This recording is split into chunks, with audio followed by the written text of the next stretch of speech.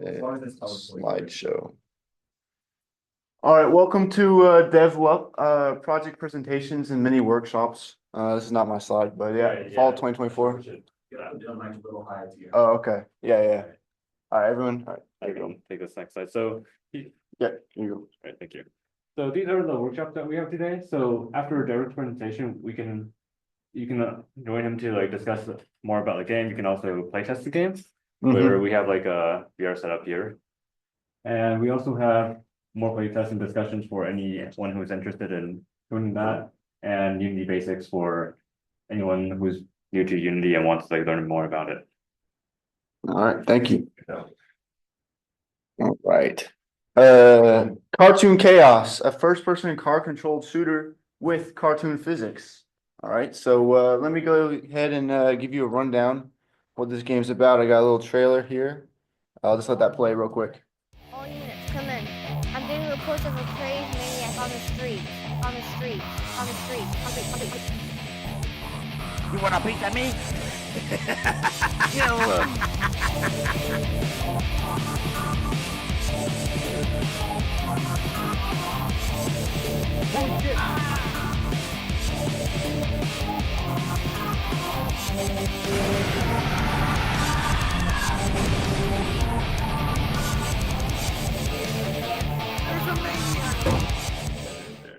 All right, so what's this game about and what all is included in this game?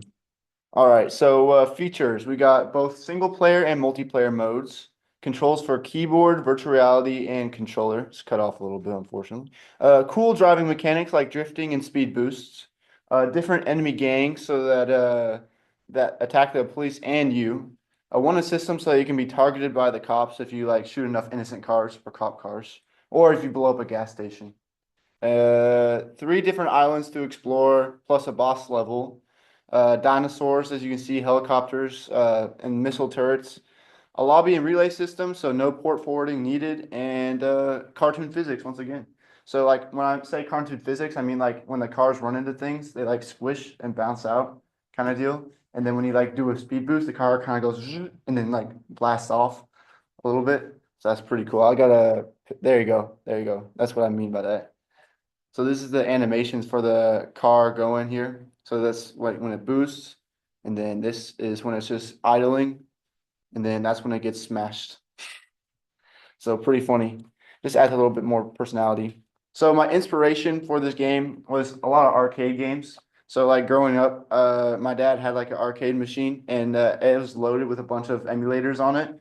So I just played it all the time, and it had a whole bunch of cool games on it. So like here on the left here is Lucky and Wild. It's a pretty cool game. We like drive and shoot. It's like the main inspiration. A couple other ones like Ridge Racers got good driving. This Batmobile arcade game, and then Spy Hunter. So those are all pretty cool games. If you're like a retro person, you might know them. But if you don't know them, check them out too. Those are pretty cool. But those are just what inspired me really. So early development. The game when I was making it was originally VR only. Because like I had a lot of experience with VR, and I thought, VR is pretty cool. But then eventually my friends were like, bro, I don't care if it's a VR game. I can't even play this shit. I'm like, all right, fair enough. So I made it non-VR and VR. The game went through 2 name changes. The developer name is Vroom Boom. So when I first came up, I didn't know what to call it. So I just called it Vroom Boom because it rhymed. And then we had Virtua Wheel Fury Road. That was like the big name for a while. I was like, this name is hard to pronounce. Like no one can say it. So I got rid of that. And then Metal Riders, and I was like, nah, it doesn't really mix. And then so I just picked Cartoon Chaos and really leaned into the cartoony theme, I guess.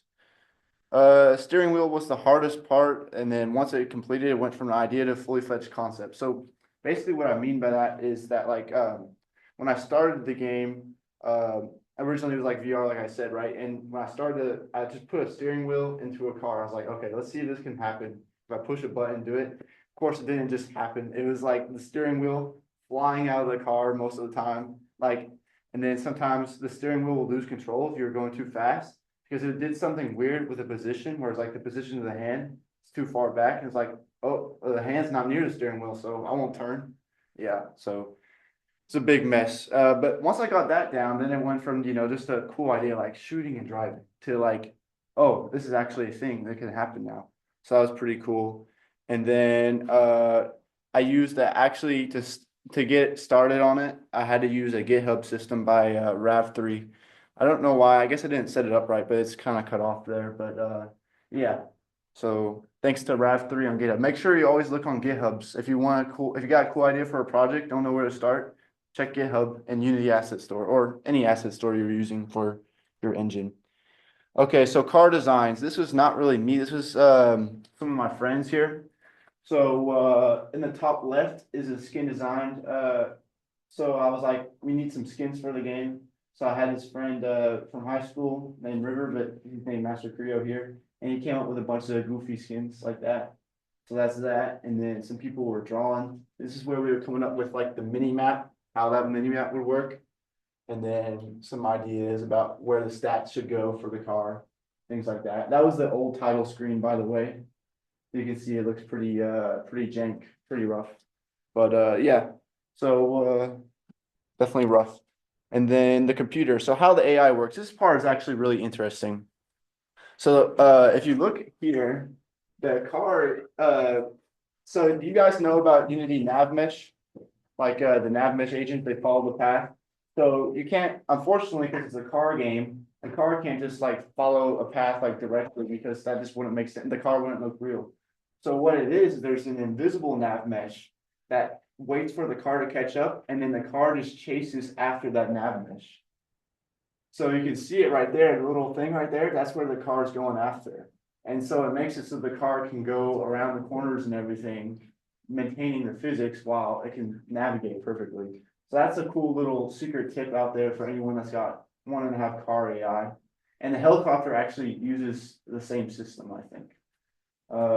Yeah. So you can read it. Sometimes if the car gets stuck, the nav mesh is like, wait, hold up. And sometimes it goes back around. So if you try to figure out a new way out of whatever predicament the car's in. So it's pretty funny. And then I actually got a little video of these are actually the early car models in this video. But I have it so that the AI testing, so you can see the AI shoots each other and stuff. So right here is the little criminal van, and then that's a cop car right there. This is when I was just practicing to get the AI to effectively shoot at each other and stuff. So you can see the game looks pretty jank back then, but it's vastly improved. So that was the early design. So even if your game looks like crap, just know it can always look better. Yeah, yeah. All right. Any questions so far before I continue? What did you do for the shooting? Like, Okay, so the shooting, basically, it's a little bit simpler, but basically it's like so it gets like basically a big radius, and it's like, okay, is there any enemies nearby? If there is, and it says, okay, is there one closer than that? And if there's one closer, it basically targets the closest, and then it just does a raycast attack at it. And then it's random whether it hits or not, because the raycast is a little bit too accurate for it to miss right now. But so that's basically what's going on. And then okay, yeah. So this is where I need you guys to test my game. So there's a lot going on here. I'm working on getting the virtual reality to work with the multiplayer. Because right now I got the single player to do PC and VR. And I got single player, or sorry, PC multiplayer, so you can play mouse and keyboard controller with the multiplayer. But getting this and netcode running is it's a pain in the butt. But I'm actually still been working. I was working on it all this morning actually. So when that comes out, I'm definitely going to need people, because having people with multiple like other people with VR headsets is very important. Because if I have one, I can't test like three, you know. So that's the big deal. That I'll need that, and here's some more too. So obviously wishlisting the game on Steam so you guys know when it releases is always cool. If you guys are good at marketing or anything like that, that's always good. Beta testers, as I said before, and there's other things too. If I have more levels, or if there's something I just missed, like a bug or something, having people test the game that let me know is always good. If you're a writer, right? If you guys got like good storytelling sort of things and you guys want to put some input into the story, that's always cool. Because right now it's mostly like there's bad guys, take out bad guys, or yeah, basically. And I came up with some funny like different groups of bad guys, but There's nothing really as far as like lore or anything like that right now. So if you guys have any things like that you guys want to contribute, feel free, let me know and we'll get connected. If you have another skill not listed above that you think could help add, feel free to let me know. And then also I have the Kickstarter, but you know, I mean, I don't know. I mean, you guys can support it or share it. That's always cool. So yeah, there's that. And then there's my Kickstarter, Steam, and Discord QR codes. So if you guys want to join the Discord server, feel free to join the Discord server for the game. And then there's the Steam page, and then yeah, there's the Kickstarter. And if you're on the Discord, I'll give you early releases to the builds. Basically, you'll be able to do play testing for free or whatever. Yeah, no big deal. And I think that's about it. Yeah, okay. So any questions or any explanations of anything anyone wants to ask? What was your level process? Okay. for the- So like how I built the levels? Yeah, kind of like how you do the levels, and since the writing was minimal, what did you end up doing for the levels, I guess? Okay, so when I created the levels, I started with what I started with is when you come up with when you go to the asset store, they have road packs, like packs of roads and stuff like that. So I first start with getting like free buildings, free roads, stuff like that, you know, just to work with. And then I maybe in the asset they have like a couple of like example scenes where they have like some roads going on. So I put those in there. And then what I do is I start adding in buildings like slowly. And I've actually done some level design and other stuff before too. Really what it comes down to is you kind of want every spot to be somewhat memorable, like, oh, this part of the map, or oh, this is where this thing is, you know, kind of deal. So what I did is I had like, cause at first it's just the boring rows and buildings, right? But then I start putting like funny signs up, you know, so that you know, oh, there's this funny sign, I'm in this area of the map, or oh, like this has got this giant ass tree, oh, I must be here, right? Stuff like that, it really adds to the level design. And then also you wanna, for multiplayer maps, you wanna have multiple ways to get to the same area and multiple ways to get out of that area. Yeah, so for the one multiplayer map, I don't have it up here, but basically it's like kind of like a bunch of crossroads that intersect. And then when they go out, they go all underneath the crossroads too. So you really but if you got any more questions about level design and stuff like into the specifics, I can give you that. That's kind of just a broad Yeah, generalization. exactly what we're looking for, like, for the workshop.